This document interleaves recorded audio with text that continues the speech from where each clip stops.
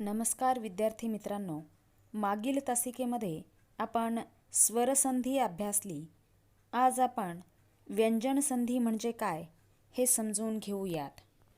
मुलांनो, आपण पाहिले की जेव्हा दोन्ही पदे एकत्र येतात म्हणजे पहिल्या पदाचा शेवटचा स्वर किंवा व्यंजन आणि दुसऱ्या पदाचा सुरुवातीचा स्वर किंवा व्यंजन एकत्र येऊन नवीन शब्द तयार होतो, त्याला संधी शब्द असे म्हणतात. मग आपण स्वरसंधी अभ्यासली. स्वरसंधीमध्ये पहिल्या पदातील शेवटचा स्वर आणि दुसऱ्या पदातील सुरुवातीचा स्वर एकत्र येतो. परंतु व्यंजनसंधीमध्ये मात्र पहिल्या पदातील शेवटचा व्यंजन आणि दुसऱ्या पदातील व्यंजन किंवा स्वर एकत्र येऊन व्यंजनसंधी होते. म्हणजेच एकमेकांशेजारी येणाऱ्या वर्णांपैकी दोन्ही व्यंजने असतील किंवा पहिला वर्ण व्यंजन आणि दुसरा वर्ण स्वर असेल तर तेव्हा व्यंजनसंधी होतो. म्हणजे बघा, दोन पदं आहेत, त्या पहिल्या पदातील शेवटचं व्यंजन आणि दुसऱ्या पदातील सुरुवातीचा स्वर किंवा व्यंजन कोणताही असला तरी तिथे व्यंजनसंधी होते. मग आता उदाहरण बघा, सत अधिक जन. याच्यामध्ये पहिलं पद आहे सत, मग त हे व्यंजन आहे आणि दुसरं पद आहे जन, हे सुद्धा ज हे व्यंजन आहे. मग त आणि ज हे दोन्ही व्यंजने आहेत. हे दोन्ही व्यंजने एकत्र येऊन सज्जन असा शब्द तयार झाला. ज ला ज जोडल्या गेलं म्हणजेच पहिल्या तचं ज झालेलं आहे. त्यानंतरचं उदाहरण आहे चित अधिक आनंद. मग चित हे पहिलं पद आहे, यातील शेवटचा वर्ण म्हणजेच त हे व्यंजन आहे आणि आनंद या शब्दातील सुरुवातीचा वर्ण तो आ हे स्वर आहे. मग इथे स्वर आणि व्यंजन असे दोन्ही एकत्र आले आणि त आणि आ एकत्र येऊन दा झालेला आहे. हा आपला व्यंजनसंधीचा नियम आहे. मग आता यामध्ये प्रथम व्यंजनसंधी कशी होते हे आपण पाहू. पहिल्या 5 वर्गांपैकी म्हणजे पहिले 5 वर्ग कोणते आहेत? जे आपण आपले व्यंजन आहेत. व्यंजन कुठपासून सुरू होतात? क पासून. मग क ख ग घ न हा एक वर्ग तयार केलेला आहे. वर्ण विचारामध्ये हे आपण पाहिलेलं आहे.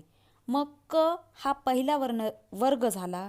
नंतर च छ ज झ म्हणून च हा दुसरा वर्ग, ट हा तिसरा वर्ग, त हा चौथा वर्ग आणि प हा 5वा वर्ग आहे. मग आता याच्यामध्ये आपल्याला माहीत आहे की प्रत्येक वर्गातील पहिले 2 अक्षर हे कठोर व्यंजन आहेत आणि दुसरे 2 अक्षर हे मृदू व्यंजन आहेत. म्हणजे प्रत्येक वर्गातील अक्षर बघा, क ख ग घ न 5 अक्षर आहेत. शेवटचा जो न आहे याला आपण अनुनासिक असं म्हणतो आणि या 5 पैकी पहिले 2 कठोर व्यंजन आहेत, दुसरे 2 मृदू व्यंजन आहेत आणि शेवटचे अनुनासिक आहे. हे असे पहिल्या 5 वर्गामध्ये प्रत्येक वर्गातील हे कठोर आणि मृदू व्यंजन आहेत. मग आता बघा, पहिल्या 5 वर्गांपैकी म्हणजेच क च ट त आणि प अनुनासिकाशिवाय म्हणजे अनुनासिक आलेलं नसेल कोणत्याही व्यंजनापुढे, मग यापैकी कुठलंही व्यंजन आलेलं असेल, कठोर व्यंजन आल्यास त्याच्या पुढे जर कठोर व्यंजन आले तर त्या पहिल्या व्यंजनाच्या जागी त्याच्याच वर्गातील पहिले कठोर व्यंजन येऊन संधी होतो. म्हणजे काय होतं बघा, उदाहरणार्थ विपद अधिक काल. मग आता इथे बघा, विपद हे पहिलं पद आहे. या पदाचा शेवटचा वर्ण आहे द. द हे व्यंजन आहे आणि पुढील पद आहे काल. काल या पदातील पहिला वर्ण आहे क आणि हे कसं आहे? कठोर व्यंजन आहे. मग द या व्यंजनापुढे क हे कठोर व्यंजन आले आणि आपल्या नियमानुसार कोणत्याही व्यंजनापुढे कठोर व्यंजन आल्यास त्या पहिल्या व्यंजनाच्या जागी त्याच्याच वर्गातील पहिले कठोर व्यंजन येते. मग आता याचं द जे आहे या दच्या वर्गातील पहिले कठोर व्यंजन त आहे. त थ द ध यातील पहिले कठोर व्यंजन कोणते आहे तर त आहे. म्हणून या दच्या जागेवर त आलं आणि याचा संधी शब्द कसा झाला विपत्काल असा झाला. त्यानंतर वाघ अधिक पती. बघा ग हे मृदू व्यंजन आहे आणि त्याच्या पुढे प हे कठोर व्यंजन आलेलं आहे. मग बघा आपला वर्ग कोणता आहे प फ ब भ म या वर्गातील हे प हे व्यंजन आहे आणि हेच पहिले कठोर व्यंजन आहे. म्हणून ग च्या जागी हे ग पहिल्या वर्गातील जे ग हे व्यंजन आहे याच्या जागेवर ग च्या वर्गातील पहिले कठोर व्यंजन क हे येणार आहे. म्हणून ग च्या जागेवर क आले कारण हे पहिले व्यंजन आहे त्या वर्गातील. म्हणून वाक्पती असा शब्द तयार झाला. त्यानंतर आहे तृतीय व्यंजन संधी. याचं वैशिष्ट्य आहे बघा पहिल्या 5 वर्गातील म्हणजे जे आपण आत्ताच वर्ग पाहिले त्या 5 वर्गातील कठोर व्यंजनापुढे मग कठोर व्यंजन कोणती आहेत तर प्रत्येक वर्गातील सुरुवातीची 2 अक्षरे कठोर व्यंजने आहेत. या कठोर व्यंजनापुढे स्वर किंवा अनुनासिकाशिवाय मृदू व्यंजन आल्यास म्हणजे पहिल्या पदातील कठोर व्यंजन आणि दुसऱ्या पदातील मृदू व्यंजन किंवा स्वर आला तर त्याच्या जागी त्याच वर्गातील तिसरे व्यंजन येऊन संधी होतो. मग आता उदाहरण बघा वाक अधिक ईश्वर. बघा पहिल्या पदातील शेवटचा वर्ण आहे क आणि दुसऱ्या पदातील पहिला वर्ण आहे स्वर तो आहे ई. मग इथे काय झालं बघा वाक म्हणजे क अधिक ई. मग आता बदल कशामध्ये झालेला आहे क मध्ये झालेला आहे. क चा काय झालेला आहे ग झालेला आहे आणि वाक ईश्वरीचं वागीश्वरी असं झालेलं आहे. म्हणजे पहिल्या पदातील कठोर व्यंजन क आहे. मग क च्याच वर्गातील तिसरे व्यंजन इथे येणार आहे. मग तिसरे व्यंजन क च्या वर्गातील आहे क ख आणि ग. म्हणून क च्या जागेवर इथे ग झालेला आहे आणि वागीश्वरी असा संधी शब्द झालेला आहे. आणखीन एक उदाहरण बघा अप अधिक ज बरोबर अब्ज. म्हणजे पहिल्या पदातील प हे कठोर व्यंजन आहे आणि दुसऱ्या पदामध्ये ज आहे आणि मग पहिल्या पदातील हा जो प वर्ग आहे प च्या वर्गातील तिसरे व्यंजन आहे प फ आणि ब.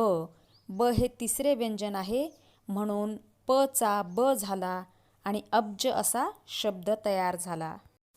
त्यानंतर आहे बघा अनुनासिक संधी.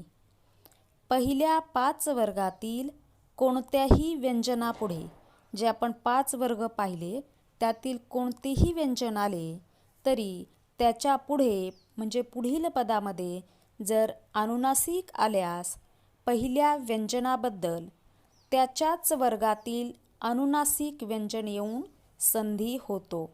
म्हणजे पहिल्या पदातील जे व्यंजन आलेलं असेल आणि दुसऱ्या पदात जर अनुनासिक आलं असेल तर पहिल्या पदातील व्यंजनाचा जो वर्ग आहे त्याच वर्गातील अनुनासिक तिथे येते. म्हणजे बघा वाक अधिक निश्चय. पहिल्या पदातील शेवटचं व्यंजन आहे वर्ण आहे क हे व्यंजन आहे. या वर्गातील अनुनासिक कोणते आहे तर हे न आहे. म्हणजे वाक अधिक निश्चय बरोबर वाङ्निश्चय. म्हणजे वाङ्मय शब्दामध्ये जे अनुनासिक वापरल्या जातं ते अनुनासिक क या वर्गातील आहे. म्हणून इथं वाङ्निश्चय असा संधी शब्द तयार झाला. त्यानंतर षट अधिक मास. मग पहिल्या पदातील शेवटचा वर्ण आहे ट, हे व्यंजन आहे.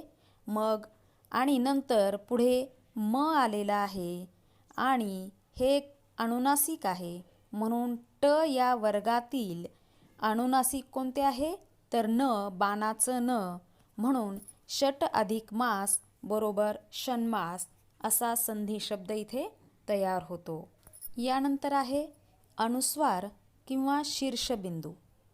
म पुढे स्वर आल्यास, बघा म या व्यंजनापुढे स्वर आल्यास तो स्वर मागील म मध्ये मिसळतो आणि व्यंजन आल्यास मागील म बद्दल मागील अक्षरावरच अनुस्वार किंवा शीर्षबिंदू येतो.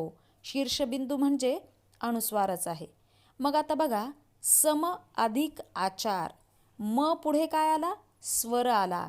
पहिल्या पदातील शेवटचा वर्ण म आला आणि पुढच्या पदात आ हा स्वर आला. म्हणून मागील म मध्ये तो मिसळला गेला. सम अधिक आ बरोबर मा, समाचार असा शब्द तयार झाला. पुढील उदाहरणात बघा सम अधिक गती.